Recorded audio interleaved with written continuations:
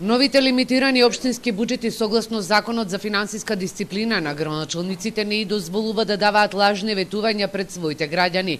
На крајот од месецов се донесоа речиси сите општински буџети за 2019 година, кои се покуси за неколку милиони денари.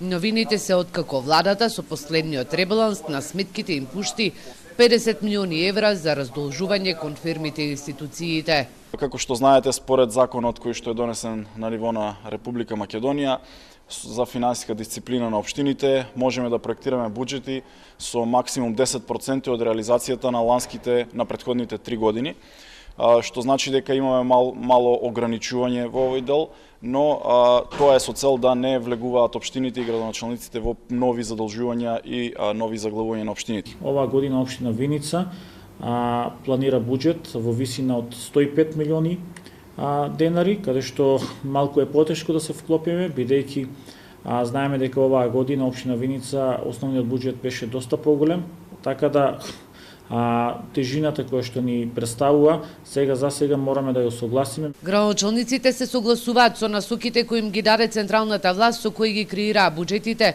врз основа на средствата кои ги прибираат во текот на годината. Но кочанскиот градоначалник смета дека и тие како локални власти на јавните дебати треба да ги слушаат потребите на граѓаните. Во планот за реализација имаме многу проекти, многу повеќе проекти отколку што имавме во минатата година. Само за пример ќе споменам дека програмата за култура и спорт ја зголемивме за 20%. Развојните програми ги зголемивме за скоро 30%, од 61 милион денари на 75,5 милиони денари, така да што покажавме една сосема друга димензија и рационално користење на средствата. Општините своите долгови јавно ги објавија на веб страниците. Должат на фирми, угостителски објекти и институции. Купниот долг им е 97 милиони евра, од кои владата им покрива 50 милиони. Предност за раздолжување ќе имаат оние доверители кои што ќе се откажат од каматите.